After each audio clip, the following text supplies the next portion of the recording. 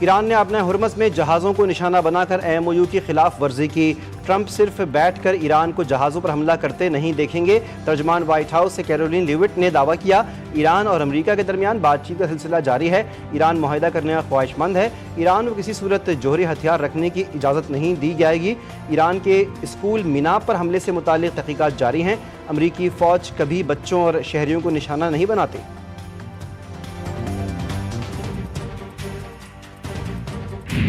امریکہ کے ایران میں پلوں اور بجلی جیسی اہم تنصیبات پر حملے۔ جزیرے قشم پر امریکی پروجیکٹائل کا حملہ۔ ایرانی وزیر خارجہ عباس عراقچی نے کہا کہ امریکہ اہم تنصیبات پر حملے کر کے جنگی جرائم کا مرتکب ہو رہا ہے۔ یہ حملے اقوام متحدہ کے چارٹر اور عالمی قوانین کی کھلی خلاف ورزی ہیں۔ تمام عالمی حکومتیں امریکی جنگی جرائم پر کارروائی کی پابند ہیں۔ چابہار، اہواز اور بندر عباس سمیت مختلف شہروں میں دھماکے، شہداء کی تعداد 35 ہو گئی، 300 سے زائد زخمی۔ اہواز میں عراقی سرحد کے قریب بھی شدید بمباری۔ کینسر چلڈرن اسپتال پر میزائل حملہ، اسپتال کی حدود میں میزائل گرا، بچے محفوظ رہے۔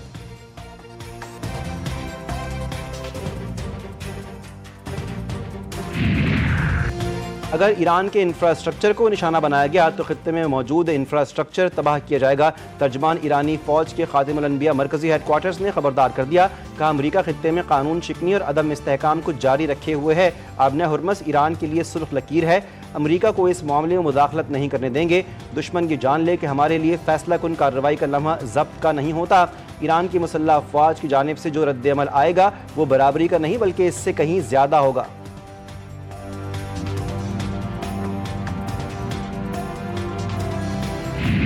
خطے میں کشیدگی بڑھنے لگی۔ ایران نے انصار اللہ کو باب المندب کو بند کرنے کی ہدایت کر دی۔ برطانوی خبر رساں ایجنسی نے دعویٰ کیا، امریکہ نے اگر ایران کے توانائی ڈھانچے پر حملہ کیا تو باب المندب بند کرنے کے لیے تیار ہیں۔ ایران کی قیادت میں اس معاملے پر مشاورت کے بعد پیغام انصار اللہ تک پہنچایا۔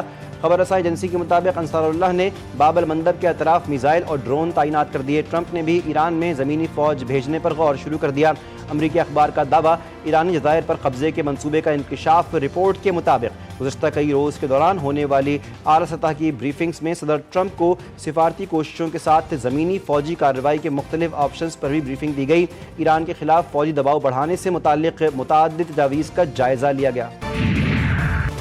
امریکہ ایران مفاہمتی یادداشت ناکام بنانے کے لیے JD وینس نے اسرائیلی سازش کا بھانڈا پھوڑ دیا۔ امریکی نائب صدر نے کہا کہ اسرائیلی عناصر نے ایران معاہدے کے خلاف مہم پر رقم خرچ کی۔ اسرائیل امریکہ کا اتحادی ہے، تاہم وہ امریکی سیاست پر اثر انداز ہونے کی کوشش ضرور کرتا ہے۔ اسرائیل امریکہ میں عوامی رائے کی جنگ ہار رہا ہے، یہ ایک سادہ اور واضح حقیقت ہے۔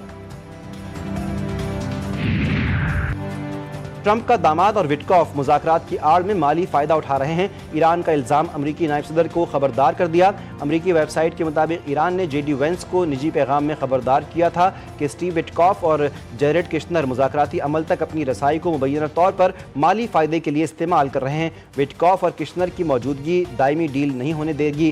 ویب سائٹ کے مطابق ایرانی حکام نے اس بات پر بھی اعتراض کیا تھا کہ وٹکاف اور کشنر اہم امور سے اسرائیلی وزیراعظم کو مسلسل آگاہ کر رہے ہیں۔ ٹرمپ انتظامیہ نے ان دعووں کو مسترد کرتے ہوئے انہیں ایرانی پروپیگنڈا قرار دیا۔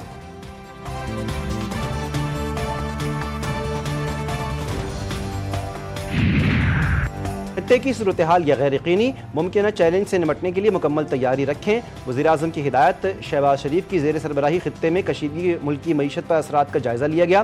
سادگی اور کفایت شعاری کے اقدامات پر رپورٹ پیش۔ وزیراعظم نے کہا خطے میں کشیدگی بڑھنے کے منفی اثرات سے ملکی معیشت کے مستقبل میں متاثر ہونے کا اندیشہ ہے۔ بروقت اقدامات کے لیے جامع لائحہ عمل مرتب کیا جائے۔ مؤثر حکمت عملی سے ملک میں ایندھن کی فراہمی کی صورتحال کا بہترین انداز میں انتظام کیا گیا۔ حکومت کی جانب سے دی گئی سبسڈی کے نتیجے میں ایندھن کی قیمتوں کے اضافے کے اثرات کو مؤثر انداز میں کنٹرول کیا۔